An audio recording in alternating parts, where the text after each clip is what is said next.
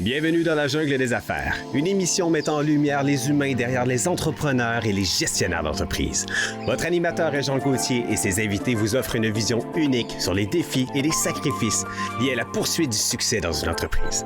Alors préparez-vous à découvrir les humains en plein cœur de la jungle des affaires.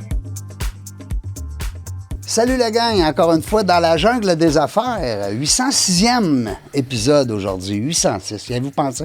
C'est grâce à vous ça, parce que pas d'auditeur, ben coudonc, on parle tout seul, hein? Fait que ça fait pas de podcast, c'est ça que ça dit. Dans la jungle des affaires, vous le savez, le concept, c'est le fun, on parle d'affaires, c'est bien évident, mais on invite des gens aussi, des êtres humains. Donc, on va parler aussi de l'humain derrière l'entrepreneur, derrière le gestionnaire. C'est ça qui est le fun.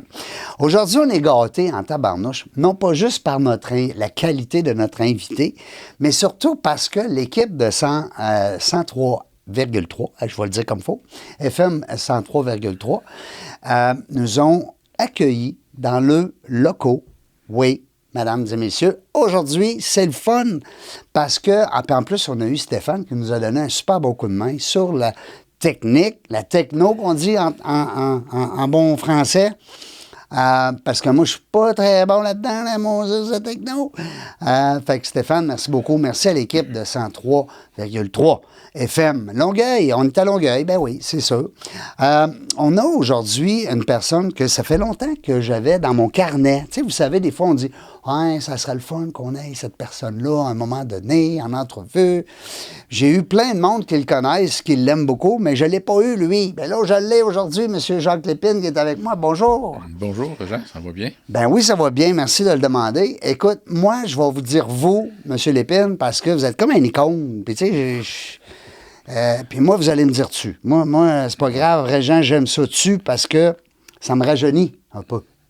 Tu vas voir, je suis très simple. Oui, je sais. Les gens m'ont tellement dit du bien de vous. Les gens m'ont dit, t'es pas sérieux? Tu vas voir, tu vas voir Jacques Lépine. Ça va être le fun. Tu vas voir, il est drôle, il est fin, il est gentil. Hey, vous avez eu plein de qualités. Les gens ont hâte de vous connaître. Mais moi, j'ai dit tantôt, M. Lépine, ça serait le fun qu'on jase de d'autres choses un peu, l'humain. Puis là, vous êtes arrivé, vous m'avez ouvert direct une porte en partant. Vous êtes un nouveau papa depuis 5 ans? Eh oui, je suis un nouveau papa. J'ai une fille de 52 ans, oui. De 49. Vous avez deux filles? J'ai pris un break entre les deux et là, j'ai un garçon de 5 ans. Un break entre les deux. Changement de vie. Et moi, j'ai 76 ans. Et alors, la vie arrête lorsqu'elle arrête. Mais entre-temps, on fait le maximum. Et là, je suis très heureux d'avoir mon fils. Et j'ai beaucoup de plaisir avec. Il me prend d'énergie, mais il m'en donne énormément aussi. Oui. Alors, ça doit. C'est complètement différent, vous savez, avoir un enfant à 23 ans et un enfant à 71 ans, on ne voit pas ça du tout de la même façon. Ben, je comprends. Tout le monde sait très bien qu'au début de notre vie, en termes très simples, on est dans le rat race, on se court après la queue. Et on veut des enfants, mais on a plus ou moins le temps de s'en occuper. Mais rendu à 71 ans, c'est complètement différent. Ben, c'est le centre de votre attaque. L'avenir financier est assuré.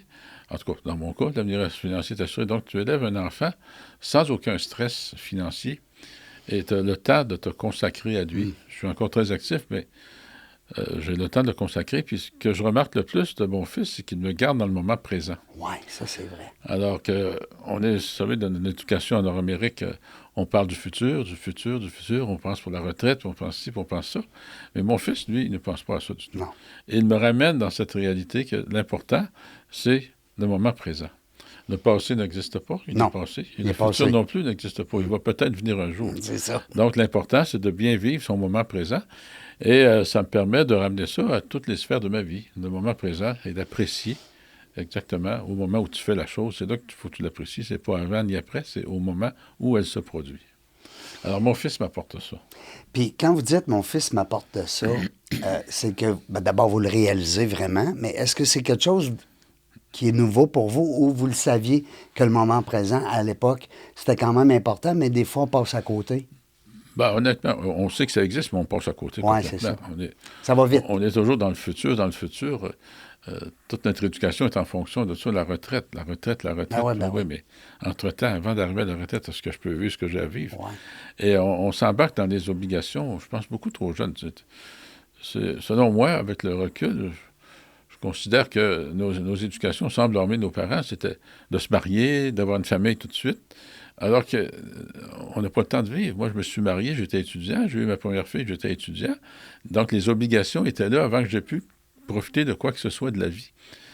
Alors, avec le recul, je me dis qu'on ne devrait pas avoir d'enfants avant 35-40 ans pour vivre ce qu'on a à vivre. Et c'est pour ça qu'il y a beaucoup de gens qui vivent la crise de la quarantaine. Ils n'ont pas vécu. Ben non, c'est ça. Alors, ça doit se passer quelque part. Alors, aussi bien de le vivre avant de se marier et d'avoir une famille. Ben oui. Il y en a qui disent c'est trop vieux. Non, c'est pas trop vieux. Moi, je suis très heureux d'avoir mon enfant, mon garçon à l'âge-là. Il me fait revivre d'une certaine façon. Il va vous garder jeune? Il me garde jeune. Comme je vous disais tout à l'heure, ça me prend d'énergie, mais ça m'en donne énormément aussi. Oui. C'est sûr que le soir, quand je me couche, je dors. J'adore. Je dors. Il a pris mon énergie et je lui ai donné avec plaisir, mais je retire beaucoup de joie et de plaisir à l'éduquer et à l'observer évoluer. Bravo. Écoute, moi, c'est. Quand on m'avait dit ça tout à l'heure, j'ai dit comme, tabarnouche, attends un peu, là. Parce que les gens m'ont préparé à vous recevoir. Vous ne le savez pas, vous, là, mais les gens, j'ai un gros réseau. Ouais. J'ai beaucoup d'amis, j'ai beaucoup de gens qui me connaissent bien, puis qui suivent aussi l'émission. Puis quand ils m'ont dit, tu vas voir, c'est un monsieur coloré. Monsieur Lépine, moi, je pense que je vous ai vu une fois en conférence. Ça doit faire peut-être une dizaine d'années. Je dis ça, là. Vous en faites encore? Oh, j'en fais oui, encore. Ben oui. Toujours actif. Ça vient de où, cette idée-là, de vouloir partager, justement, votre bagage? Parce que c'est l'immobilier, vous êtes comme un peu notre Guy Lafleur de l'immobilier. En quelque sorte, peut-être. On m'appelle la légende vivante de l'immobilier. Oui, c'est ça. Mais ça vient justement de ça, l'immobilier. Oui. C'est que si on recule dans le temps, dans les années 80, j'ai commencé dans l'immobilier en 1983. Et à ce moment-là, la moyenne des salaires était quoi? 7-8 000. Oui. Et en 1984, je fais une transaction et je fais 200 000 $. Oui. Et là, moi, tout bonnement, je suis tout excité. Bien, je comprends. J'ai besoin de le partager. Et là, je m'en vais partager ça avec mes amis. Et je ne reçois pas l'encouragement ou l'accueil que je m'attendais. Non. Donc, j'ai reçu plus de la jalousie et de l'envie. Donc, j'ai commencé à me sentir isolé, de plus en plus. Ça ne m'a pas arrêté de faire des transactions, mais ça m'isolait. Pourquoi? Parce qu'il reste chez méchant? C'est un peu ça dans le temps, hein? Ben non. T'es plus la même classe que nous. OK, tu changes de... Tu fais 200 000, moi je fais 8 000. Puis... toi, on sait bien. Hein? On sait bien, ton père est allé avant toi. En tout cas, tout ça de réactions OK. québécoises, jalouses ou envieuses, peu importe. Alors, je ne leur en veux pas, c'était la réaction à ce moment-là. Mais moi, ça me créait un certain malaise. Ben oui. Et à un moment donné, en 2001, je commençais à y réfléchir avant, mais en 2001, j'ai fait le pas. J'ai dit, je vais fonder un club où on va pouvoir m'écouter. Non pas dans le but de me vanter, mais d'aller chercher quelque part des expériences que j'ai vécues et que les gens voient ça comme un enseignement et non pas une vantardise. Alors, j'ai fondé le club, puis ça a répondu exactement aux besoins que je m'attendais. Moi, ça m'a permis de m'exprimer. Parce que j'ai besoin de m'exprimer. J'ai besoin de... Pas pour me vanter, comme je disais tout à l'heure, mais de dire des choses que je trouve ça extraordinaire, que moi, je viens d'une famille très humble, et puis comment est-ce que j'ai réussi à faire ça? Et si moi, j'ai réussi à le faire, pourquoi est-ce que d'autres ne seraient pas capables de le faire? Tout à fait. Donc, j'ai fondé un club dans le but de m'exprimer et de montrer aux gens comment réussir en immobilier, comment réussir en affaires. Parce qu'en fait, le coaching et mentorat que j'ai écrit, c'est un cours de démarrage d'entreprise, mais spécialisé à l'immobilier. À l'immobilier. Donc, je pourrais prendre le même cours et l'adapter à n'importe quel type d'entreprise. Ça reviendrait à peu près. Mais là, je spécialisais à l'immobilier. Et à tout hasard, les étoiles étaient toutes enlignées. J'avais l'expérience. J'avais atteint un succès. J'étais capable de l'enseigner parce que j'ai enseigné ici au Cégep Édouard-Montpetit. C'est là que j'ai vu que j'étais capable d'enseigner. Ben oui. Donc, les étoiles étaient toutes enlignées. Il n'y avait aucune compétition. Ça n'existait pas. Ça n'existait pas. Alors, j'ai sauté sur l'occasion et j'ai fondé le club. Mais ça a boité un petit peu au début. Le vrai lancement a eu lieu lorsque j'ai écrit mon premier livre, L'indépendance financière grâce à l'immobilier. Là, ça a été une explosion. Les gens m'arrivaient de je ne sais pas où pour s'inscrire directement au coaching et mentorat, qui était quand même pas gratuit. C'était 4 500 par personne. À l'époque? À l'époque. C'était un petit peu plus cher. Oui. Mais quand même, à l'époque, on parle de 2007, 2005, quand j'ai commencé ça. Et là, ça a été un succès. Bon, j'étais seul, aucune compétition. Évidemment, je savais très bien qu'en enseignant mes connaissances et mes techniques, je me formerais des compétiteurs. Mais je m'en foutais totalement parce que mon but numéro 1 était justement d'enseigner au monde, puis tant mieux si je peux inspirer des gens qui vont me copier ou faire mieux que moi. OK? Alors là-dessus, l'objectif est atteint. Puis aujourd'hui, j'ai enseigné à plus de 30 000 personnes. En tout cas, il y a des gens qui m'ont entendu dans différentes conférences ou différents cours, au-dessus de 30 000 personnes. Et je pense que j'ai un certain mérite de dire que c'est moi qui ai formé le plus de millionnaires de l'immobilier au Québec. Ben oui, c'est un peu votre slogan. C'est très flatteur pour moi. Et la compétition, on ne peut pas empêcher la compétition. Non. Et tant mieux. Ça donne un petit velours aussi. Si on me copie, on essaie de faire mieux que moi, ça fait un petit velours. Au moins, j'ai été à l'origine de quelque chose. Et tu m'interromps si je parle trop. Ah non, moi je bois vos paroles, puis je suis persuadé que mes auditeurs aussi. J'ai beaucoup aimé le livre « Réfléchissez, devenez riche » de Napoléon. Hill. Et puis, dans un des chapitres, je ne me souviens plus lequel, il dit « Plus tu vas aider de gens à réussir, plus tu vas réussir. Alors, c'est exactement ce qui s'est passé dans le club. J'ai tellement aidé de gens à réussir que les revenus se sont mis à rentrer à pleine porte. Et, parce que j'aidais les gens à réussir. Les gens me payaient 400 $ pour une journée, mais j'en donnais pour 1000. Ils prenaient un coaching pour 4500, j'en donnais pour 10 000. J'en donnais tellement que je savais qu'ils reviendraient de toute façon, parce que quelque part, plus t'en donnes, plus ils viennent un petit peu mêler. Ils ont besoin de revenir et de revenir.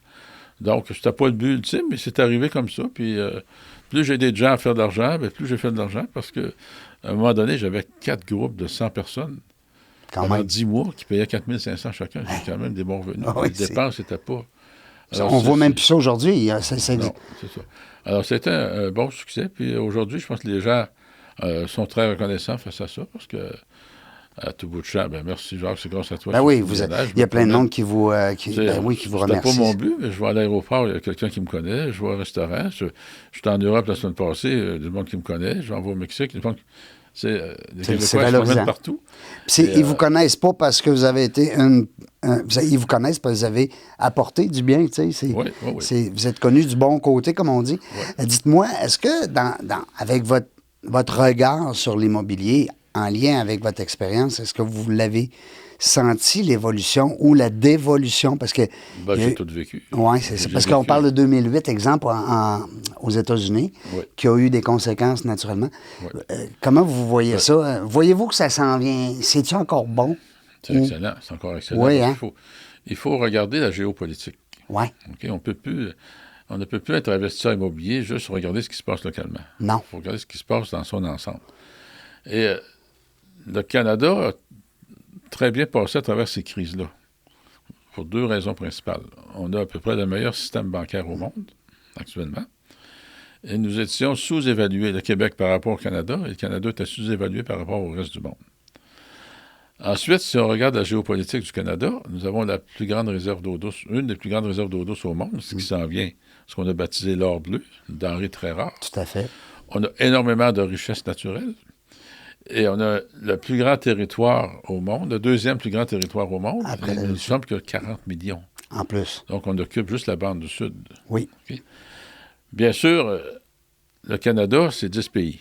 Okay? Il y a 10 provinces. Il y a l'Est, il y a le Centre, il y a l'Ouest.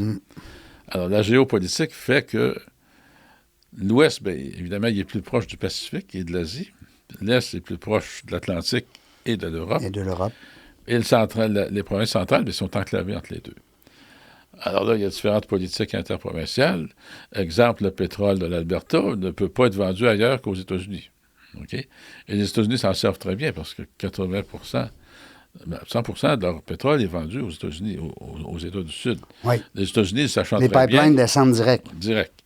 Parce que les autres provinces ne veulent pas de pipeline qui vont se rendre jusqu'à l'Atlantique ou au Pacifique. Pour se rendre au Pacifique, ça serait peut-être possible, mais c'est très compliqué parce qu'il y a des montagnes rocheuses. Tout à fait. Un obstacle majeur. Et pour se rendre au Québec, il faut passer le Manitoba, l'Alberta, le Saskatchewan, l'Ontario, pour arriver au Québec. Et chacune des provinces est un petit peu un pays. Un pays différent. Donc, si tu veux passer chez nous, tu vas me donner une redevance. Oui. Et ainsi de suite. Alors, les lois, on est un pays sans être un pays quelque part. On a des drôles de... On est un pays avec 10 pays. C'est bon quand vous dites ça. Oui. Alors, c'est de la géopolitique, mais il faut en tenir compte. Ensuite est arrivée, dans les années 60, la Révolution tranquille, où le peuple québécois, tout ce qu'on avait comme notion, c'était le compte d'épargne à la Caisse populaire. Moi, je me souviens, quand j'étais à l'école primaire, on venait à la Caisse pop, on avait un petit livret, puis on déposait une scène, puis on mettait ça dans le livret, puis on avait le droit de dessiner un petit Chinois. C'était très raciste, hein? Oui, c'est ça, c'est vrai. Alors aujourd'hui, les Chinois peuvent nous dessiner. On ne pourrait pas le dessiner. Là, c'est eux autres qui nous dessinent. Alors, dans les années 60 est arrivée cette révolution tranquille-là, où le peuple québécois, qui était un peuple soumis au peuple anglophone, parce que si on recule dans l'histoire, on a envoyé des hommes ici qui étaient probablement des prisonniers en France qu'on a mis ici. Il y a du bois et des animaux, arrangez-vous. Arrangez-vous. Okay. Ensuite, on a envoyé les filles du roi. Ensuite, les Anglais sont arrivés, eux autres avec de l'argent, donc ils ont amené des entreprises ici. Et les ouvriers étaient des Québécois. Oui. Travaillaient pour les Anglais. Pour les Anglais. Alors, et là, je ne veux pas faire de racisme. C'est juste non, c'est l'histoire. Résumé de l'histoire. C'est réel. C'est les faits. Et évidemment, là, les autres, ils arrivaient ici, il y avait toutes les entreprises, puis les Québécois travaillaient pour ça. Puis donc, tout ce qu'on avait comme notion, c'était le travail, le paycheck, la paye, et on était dans le rat race directement. Direct. Et la seule notion d'épargne qu'on avait, c'était un peu la caisse populaire. Oui. Alors, dans les années 60, on a commencé à nous démontrer qu'il existait autre chose. Donc, on a commencé par l'éducation. Il faut éduquer nos enfants, il faut les instruire. Et là, c'est allé à l'inverse, parce qu'on les a trop instruits. Aujourd'hui, on est un peuple universitaire. Universitaire, ça ne peut pas travailler de ses mains. Donc, on manque de main-d'œuvre manuelle. On veut juste... C'est bon que la manière vous le racontez, c'est extraordinaire. Alors, écoutez, là, on est arrivé que... on a été initié dans les années 70 à autre chose que le compte d'épargne. La bourse existe. Oui. Donc, on s'est développé, on s'est instruit. Mais l'effet inverse de ça, c'est que lorsque on était un peuple ouvrier, la religion était dans ça, puis il fallait peupler. On se reproduisait. Là, dans ma génération ou par après, on a continué à pratiquer, mais on a arrêté de se reproduire. C'est pas mauvais en tant que ça. Mais on a arrêté de se reproduire. Fait que là, ça a amené un problème de croissance démographique du Canada. Fait on est toujours le même grand pays. Les voisins du Sud sont rendus 400 millions, et nous, on est toujours 10 fois inférieurs en nombre. On est 40 millions dans un énorme territoire. Plus grand. Et qui ne se reproduit plus. Et avec la création des déficits budgétaires, évidemment, on a dépensé l'argent aujourd'hui en pensant que les générations futures, qui devaient être croissantes selon les calculs actuariels... Qu'elle ait ramené cet argent-là. Alors, là, on a endetté nos générations futures, mais les générations futures ne sont pas là. Donc, la facture nous retombe sur des épaules. Et là, les gouvernements ne savent plus vous donner de la tête parce qu'ils ont tellement donné, tu ne peux plus enlever à la population ce que tu as donné. Donc, il nous reste quoi comme source? Ou tu te reproduis, ou on accueille du monde. Bon. Là, on décide d'accueillir du monde, mais nos politiciens ont été un petit peu maladroits ou ont manqué, je ne veux pas insulter personne, mais c'est ça qui est ça. OK, on va accueillir de l'immigration. Ben oui, mais pour accueillir de l'immigration, il faut les loger quelque part. Il faut les placer quelque part. On va construire des immeubles. Ben oui, pour construire des immeubles, ça prend des infrastructures. On a procédé à l'envers. Et là, on se réveille. Ah oui, on reçoit trop de monde, on ne peut pas les loger. Puis on ne peut pas construire, on n'a pas d'infrastructures. Alors là, on commence à penser, on va ralentir l'immigration, on va faire des infrastructures, où on va pouvoir construire et enfin accueillir l'immigration. Ils sont réveillés, et là, ça commence.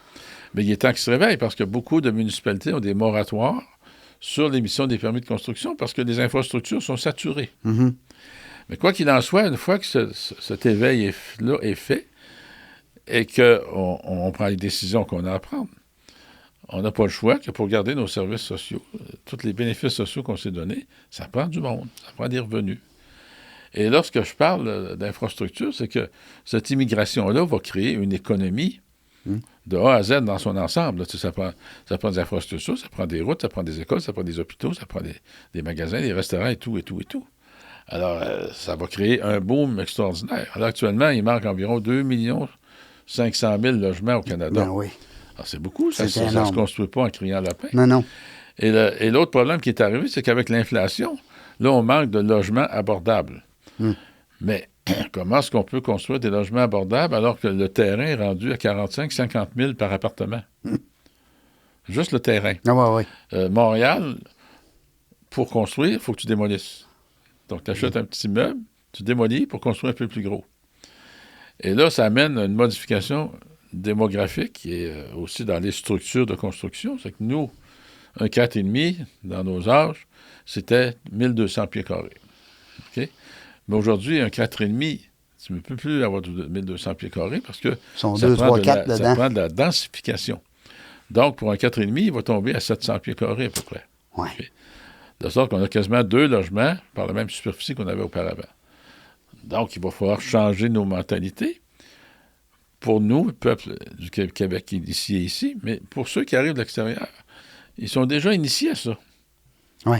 On reçoit beaucoup de gens de l'Afrique du Nord, du Maghreb, Algérie, Maroc, Tunisie. Ils sont déjà initiés à ça. Alors, pour eux autres, vivre dans du 4,5, flambant neuf, c'est le paradis. Les gens du Mexique, les gens d'Amérique du Sud, c'est le Ça n'a pas paradis. besoin d'être grand. OK? Alors, ça, c'est une chose. J'aimerais remercier mon ami Louis Caillouette, président chez IBAX, service en bâtiment. IBAX, ils nous font confiance, sont gentils, ils nous appuient. Notre ami Louis est derrière nous dans la jungle des affaires. Merci infiniment de nous supporter. IBAX, ben, c'est tous les services d'expertise en bâtiment sous un même toit. Oui, tout à la même place. On va analyser les contraintes techniques, on va vous parler d'estimation, naturellement, on va parler de budget, on va vous faire des recommandations personnalisées et beaucoup plus parce que IBAX, c'est des gens de confiance, des gens de cœur. Vous avez un projet en tête, bien, validez la faisabilité de votre projet avec l'équipe de IBAX. IBAX, EBAX.ca. Et l'autre chose qui s'en vient aussi, c'est que au prix où sont rendus les logements, il n'y a rien en bas de... Dans la construction neuve, il n'y a pratiquement rien en bas de 2500 par mois. Alors, 2500 par mois après impôt, il faut que tu gagnes combien? 5 000. Tu gagnes quasiment 5 000. Oui. OK, donc, ça amène à un autre problème. Fait que là, préparez-vous, je vous le dis en plein écran, préparez-vous à voir vos mentalités. Vous devrez changer vos mentalités parce que ça se peut qu'il y ait deux familles qui vivent dans le même appartement. On s'en va là. Ça se peut qu'on modifie les façons de construire des logements. Peut-être une cuisine centrale et des aires de vie indépendantes pour chacun d'eux. Alors, il va y avoir beaucoup de modifications qu'on ne pensait même pas possibles, mais que ça existe ailleurs et on va les avoir ici aussi. Mais une fois ces problèmes-là réglés, le Canada, c'est la terre promise. Ouais. C'est la terre promise. L'eau douce, des réserves, on a de la place. Ouais, mais le réchauffement de la planète, écoute, ça va juste permettre, là, la petite bande du Sud qui est habitable, elle va monter un peu plus au nord. Juste 1 kilomètre de plus sur 4000 kilomètres, ça fait beaucoup de pieds carrés où on peut construire. Ça fait 4 millions de pieds. Ouais. C'est ça. Alors, tu sais, moi, je vois de façon très optimiste l'avenir du Canada. Bien sûr, il rentre en ligne de compte les politiques des autres pays, les agreements, les ententes entre les pays, la domination. Vous savez, moi, à 76 ans, j'observe que l'humanité n'a pas évolué. Non. Okay? On a modernisé les équipements, mais je dis souvent, les Américains, ils ont changé le cheval pour une auto. Le reste, il n'y a aucune différence. Ils sont armés jusqu'aux dents, sont agressifs. Les autres sont dans le mode de punition, ils n'ont pas de prévention. Nous, on est dans le mode prévention et punition après. Alors, mais l'humanité, on regarde ce qui se passe actuellement sur la planète, et il n'y a aucune différence si on recule 1000, 2000, 3000 ans en arrière. Il y a des peuples dominants et des peuples dominés. Il y a toujours des politiciens qui veulent dominer d'autres, conquérir d'autres patries. Et on regarde ce qui se passe aujourd'hui. La Russie qui veut conquérir l'Ukraine, les États-Unis qui voudraient avoir le Canada comme 51e État. Il n'y a aucun changement. Aucun. C'est les techniques qui changent. Ils sont en cravate, ils s'expriment bien. Mais derrière tout ça, et là, je constate avec une grande déception que les leaders mondiaux, ils sont quelque part déséquilibrés. Je ne vais pas nommer de nom, mais on regarde ce qui se passe sur la planète. Des attaques inutiles, soit pour religion, pour argent, pour n'importe quoi. L'Israël qui attaque la bande de Gaza, ça n'en finit plus. Les États-Unis qui veulent faire une espèce de côte d'Azur avec la bande de Gaza. Avec la bande de Gaza, ça n'arrête pas, là. Et on prend comme modèle d'autres. Alors, c'est un cirque. C'est bizarre. Et c'est très spécial. C'est un vrai cirque, oui. Et le système capitaliste crée quelque chose qui n'avait pas été prévu au départ. C'est que là, actuellement, environ 95 de la richesse mondiale est entre les mains de 5 des gens. Donc, c'est un déséquilibre sans bon sens. Et ça va aller en empirant parce que ces gens-là vont s'enrichir davantage. La classe moyenne va s'appauvrir. Et de là s'installent des dictatures. Des dictatures douces, mais c'est une dictature quand même. Et on voit que la démocratie en mange un coup actuellement. Surtout que le modèle américain semble en manger un coup. On voit qu'il y a des décisions qui sont prises par vengeance. En tout cas, je ne veux pas embarquer dans des débats politiques, mais on est assez brillant pour constater ce qui se passe. Mais tu m'interromps encore. Non, moi j'aime ça, j'adore ça. Je vais donner des cours d'histoire. Non, mais j'adore. Mais je recule en arrière, puis je regarde comment est-ce qu'on nous endoctrine quelque part. Si on recule dans le temps, tout le monde a appris qu'en 1492, Christophe Colomb a découvert l'Amérique. On n'entend plus parler après. Là, on arrive avec Jacques Cartier en 1534 qui découvre le Canada. On n'en a plus parlé. Alors, Champlain en 1608 qui fonde Québec, puis Maisonneuve, Montréal en 1642, blablabla. Mais on ne nous compte pas que Christophe Colomb, il a continué, lui. Moi, j'ai réalisé ça quand j'ai marié mon épouse, qui est une Mexicaine, et qui m'a ouvert les yeux. Christophe Colomb, il a continué. Il y a le Mexique, il y a eu l'Amérique centrale, il y a eu l'Amérique du Sud. Et contrairement aux Français, les Espagnols, même s'ils ont détruit des civilisations, ils ont laissé une architecture. Tu te promènes dans les pays du Sud, au Mexique, puis tu rentres dans un petit village, puis là, tu vois une énorme cathédrale avec une belle architecture, ou des immeubles avec une belle architecture. Et ici, les Français ont laissé les colons ici, débrouillez-vous, il y a du bois. Alors, il y a du bois, puis il y a de la pierre, puis il y a de la nourriture. Mais quelle architecture ils nous ont laissé? Rien.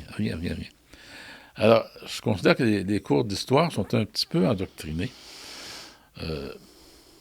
Je ne veux pas blâmer qui que ce soit. Là. C'est sûr que ça prend un nationaliste. C'est peut-être des moyens de contrôler la population. En tout cas, je n'embarque pas dans ce débat-là. Mais moi, personnellement, je trouve que on m'a tenu dans l'ignorance et ça me choque.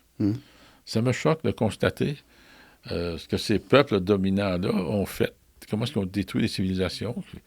Et là, les Français, les Espagnols, les Portugais, les Allemands, les Anglais, on regarde ce qu'ils ont fait avec l'Afrique. Je trouve ça épouvantable.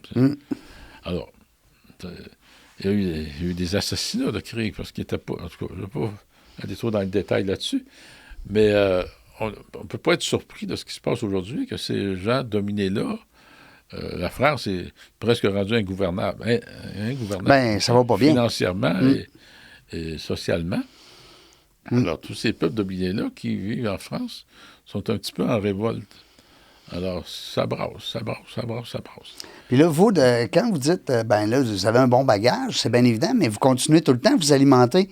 C'est où que vous allez chercher des fois vous êtes plus radio, télé, télé française? Plus télé. Non, mais... Internet? Oui, il se fait du bon travail ici. Je vais juste vous donner un exemple. Si vous allez sur YouTube, 7 jours sur Terre. Oui. OK, c'est excellent.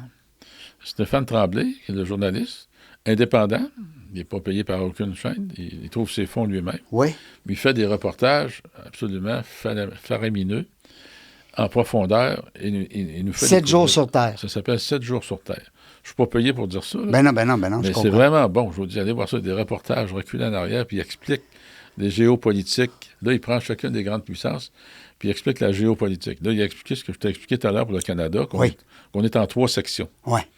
OK? Puis on comprend pourquoi que la plupart de nos commerces, nos exportations étaient sur les États-Unis. C'est une frontière naturelle, c'est une des plus grandes frontières au monde. Mais c'était facile d'accès. Donc, les gouvernements ont eu du laxisme, puis c'était facile, on a juste à être amis. Ben oui. Jusqu'à temps qu'en arrive un, puis on ne peut pas blâmer 100% M. Trump, parce que là, vous savez, la mondialisation, ça a été bon, mais on a atteint la saturation de la mondialisation. Et pire que ça, c'est qu'on a perdu le know-how. OK, là, ça s'est en allé en Chine. Nos usines sont devenues désuètes, fait que je ne peux pas ramener ça du jour au lendemain. Non. Il faut que je construise mes usines.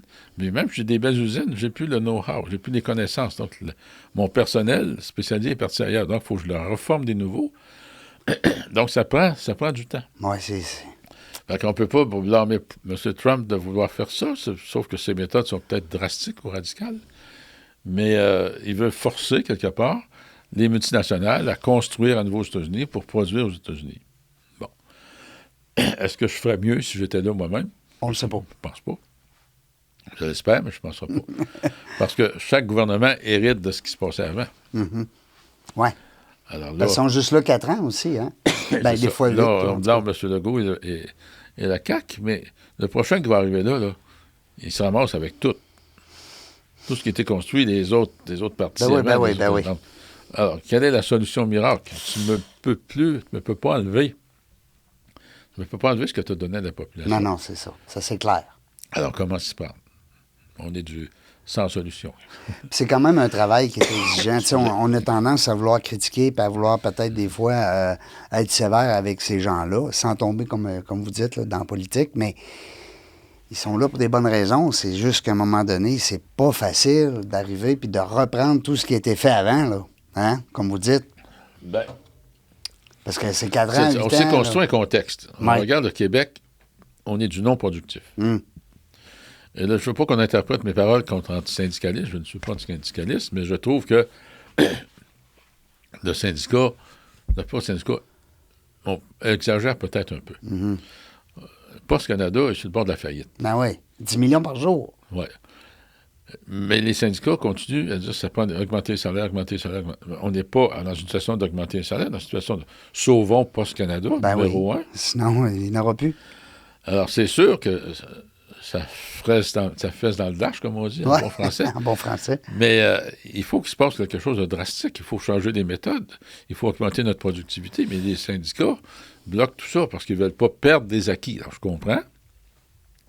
Mais si tu ne veux pas perdre tes acquis, tu vas perdre ta job. C'est un ou tu l'autre. peux avancer.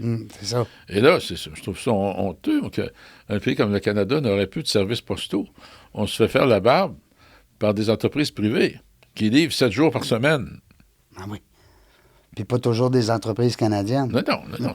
C'est FedEx, c'est UPS, puis c'est DHL, les principales. Et nous, ben là, on ne peut pas travailler le samedi, on peut pas faire d'heures supplémentaires, on ne peut pas faire ci, tout est sectorisé. Tu t'en vas à Montréal, il faut faire un trou dans la rue, ils sont 8. C'est pas parce que les gars ne veulent pas céder, ils n'ont pas le droit de céder. Ils sont sectorisés. Moi, je conduis le camion, j'ai pas le droit de tenir une pelle. C'est ça. Et moi, je conduis une grue, j'ai pas le droit de tenir une pelle, j'ai pas le droit de tasser le camion. Donc, tu t'en vas avec 8 personnes pour faire un trou. Fait que c'est scandaleux pour nous autres, mais ils n'ont pas le choix, ils peuvent pas le faire, sinon ils ont un grief. Donc, est-ce qu'on est rendu trop loin dans la syndicalisation? Ben, je pense que oui, quelque part. Et là, je vous dis, je ne suis pas anti-syndicaliste, ça prend des protections. Les syndicats ont été fondés parce que les patrons abusaient. Mais là, on est rendu à l'inverse. On est non productif et on est surendetté. On ne sait plus où donner de la tête. On est les plus taxés en Amérique du Nord, puis ça ne suffit pas. On a un état des routes absolument épouvantable. Notre système de santé, qui était le meilleur au monde, est rendu un des pires. Une fois que tu es rendu dedans, peut-être ça va, mais avant de rentrer dedans, c'est assez compliqué. Tu as des listes d'attente à n'en plus finir pour des opérations. Alors là, tu t'en vas au privé. Fait que là, si tu n'as pas d'argent, tu fais quoi? Tu crèves. Alors moi, je paye, mais je paye aussi le service de santé publique. Ben oui, parce qu'on a des taxes. Je paye en double, moi, là. Ben oui. Alors, tu sais, on s'en va où avec ça? Mais il faut réfléchir, il faut y penser, puis... ça ne se fera pas en 24 heures, là, tout ça, là. Non, mais les leaders syndicaux, c'est sûr que ceux qui vont écouter ça, ils vont vouloir me bombarder. Mais la réalité est là. C'est des faits aussi, là. Et puis, je regarde la baie, continue la baie, c'est la plus vieille compagnie au Canada, qui était la compagnie de la baie du Tusson, qui faisait la traite de la fourrure au début. Mais la plus vieille compagnie au Canada vient de faire faillite. Puis elle n'appartenait plus à des Canadiens. Alors, où est notre mentalité, nous autres? Où est notre entrepreneurship? On n'en a plus. Tu parles de la jungle des affaires. C'est vraiment une jungle des affaires. Puis, c'est une question de mentalité. Ici, le Québécois, il veut construire, puis encaisser le profit le plus vite possible, puis se débarrasser. Le Chinois, il va construire pour les générations à venir. Pour le futur. Okay? Alors, nous, on construit et on va vendre principalement à des étrangers, à des Américains, qui ne connaissent pas nécessairement la mentalité ici, mais on s'amorce que la baie a fait faillite. Parce que ceux qui ont acheté ne connaissaient rien du commerce de détail. Mais je trouve ça triste que la plus vieille compagnie au Canada vient de faire faillite. Alors là, ça fait des trous, ça fait des places. Évidemment, il y a l'évolution du commerce. Beaucoup de commerce qui se fait en ligne. Des magasins standards en arrachent un peu plus. Mais, tu sais, c'est tout un questionnement qu'il faut se faire. Et surtout observer et réagir face à ça. Oh, c'est triste, on fait rien. Oh, bon, on va changer de gouvernement. Ça va changer quoi? Ils vont avoir les mêmes problèmes. Comment est-ce qu'on peut... Parce que là, je vois mes 3 caméras qui clignotent. Ils vont nous perdre, là, une par une. Fait qu'on va garder celle de là-bas au centre. On va dire bonjour à notre gang, parce que là, ça clignote. J'ai aucune idée. Les batteries sont en train de Non, c'est pas les batteries, c'est les cartes SD. Mais comment on fait pour aller vous écouter puis vous entendre? Peut-être, moi, je vous écouterai des heures, là, c'est bien sûr. Puis je suis persuadé qu'il y a des gens qui nous écoutent. Qu'est-ce qu'on fait pour vous rejoindre? Pour vous écouter en conférence ou pour aller consommer votre connaissance? Ben, vos connaissances. En fait, moi, je suis surtout actif dans le Club d'investisseurs immobiliers du Québec que j'ai fondé. Club investisseur immobilier Alors, du je Québec, suis avec notre ami Yvan, qu'on salue. C'est ça, mon ami Yvan, qui était mon bras droit pendant un certain nombre oui, d'années. tout à fait. On a construit ensemble et tout naturellement, je devais vendre à lui. Alors, je lui ai vendu à lui. Alors, je suis un peu l'ambassadeur du club. Oui. Alors, je participe aux réunions mensuelles où on Oui. m'entend quelques minutes. Ils m'ont tous lâché les trois. Ah, elle est encore là. Encore elle.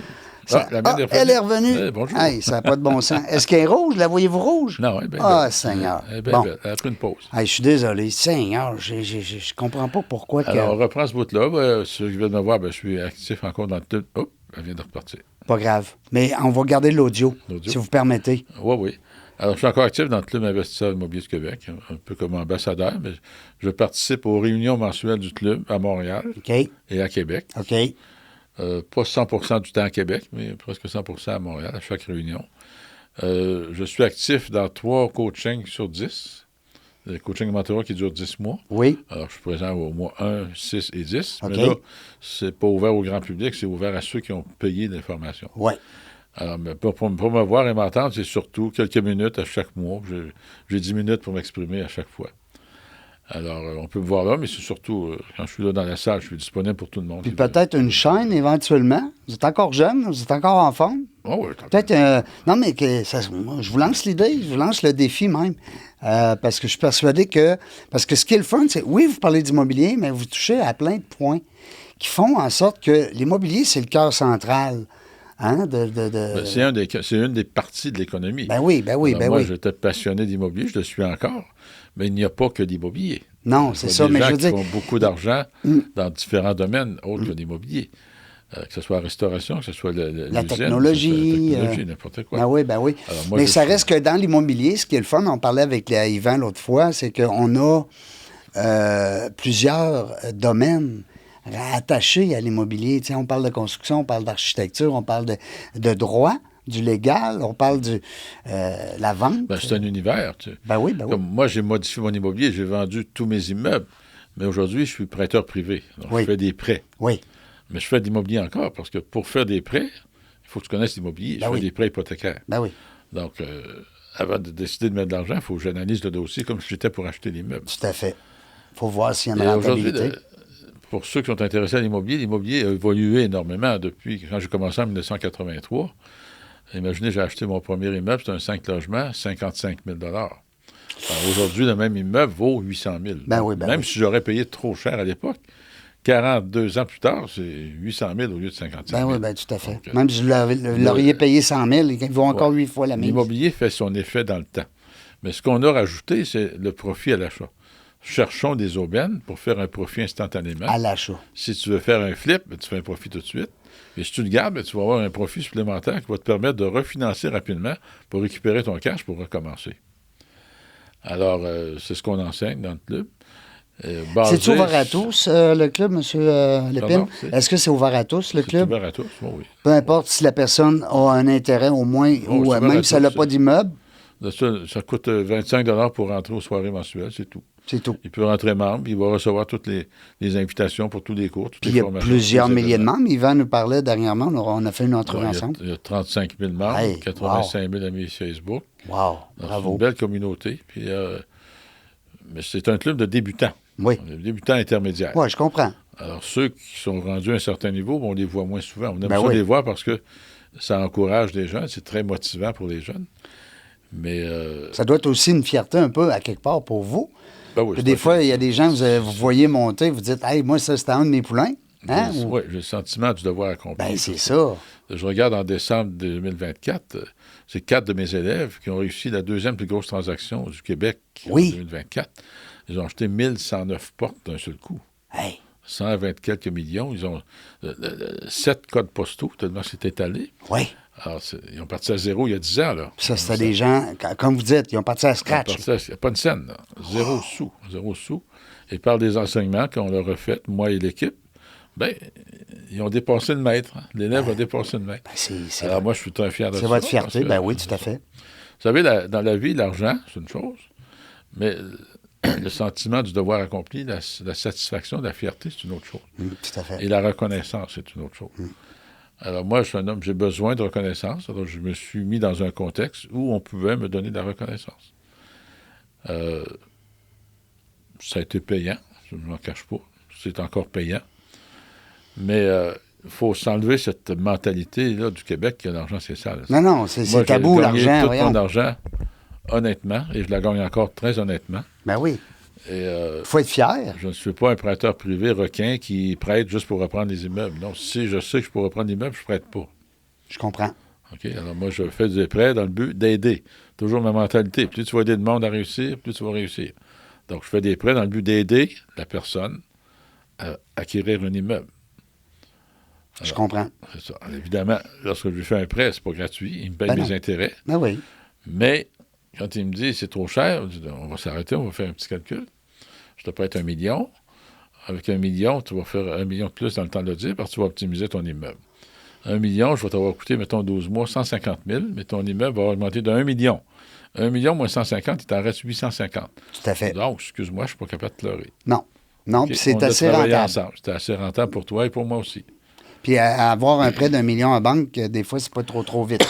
C'est presque pas trop impossible. facile. Très difficile. Très Ouais, c'est difficile. Monsieur Lépine, merci beaucoup. Ça va vite. J'ai adoré mon expérience. Les gens me l'avaient dit que vous étiez une encyclopédie. Ouais. Puis j'adore en passant géopolitique, j'adore entendre parler. J'ai bu vos paroles. Je suis persuadé aussi que mes auditeurs ont le même sentiment que moi. Merci beaucoup, merci infiniment d'avoir pris le temps de vous plaisir. libérer aujourd'hui puis de venir me voir ici à Longueuil. Ça fait plaisir. 103,3 à Station FM. On a été accueillis Oui. par des personnes super gentilles. Stéphane a même été stationné votre Ben voiture. oui, c'est gentil, ça, j'apprécie beaucoup. Alors, Et imaginez. avant de terminer, j'aimerais vous dire que peu importe l'entreprise que vous choisissez, le profit se fait à l'achat. J'adore. Et ceux qui trouvent, ce sont ceux qui cherchent. Ah, Si vous ne cherchez pas, vous ne trouverez jamais rien. ça, c'est des belles phrases. Si tu n'oses pas faire des offres d'achat, dans peu importe, que ce soit l'immobilier ou une business, Fais-en. tu n'achèteras jamais rien. Non, ben non. Alors, fais des offres d'achat, cherche et assure-toi que ton profit se fait à l'achat. Hey, j'adore. Merci beaucoup. Merci infiniment, M. Lépine. Plaisir. Nous autres, dans la jungle des affaires, on ne sait pas quand est-ce qu'on va venir. Ben non, on le sait jamais. Mais une chose est sûre, c'est qu'on va avoir du plaisir. Merci d'avoir écouté La Jungle des Affaires. Pour participer à l'émission, rendez-vous sur notre site web dans lajungleDesAffaires.ca. À très bientôt pour une prochaine entrevue.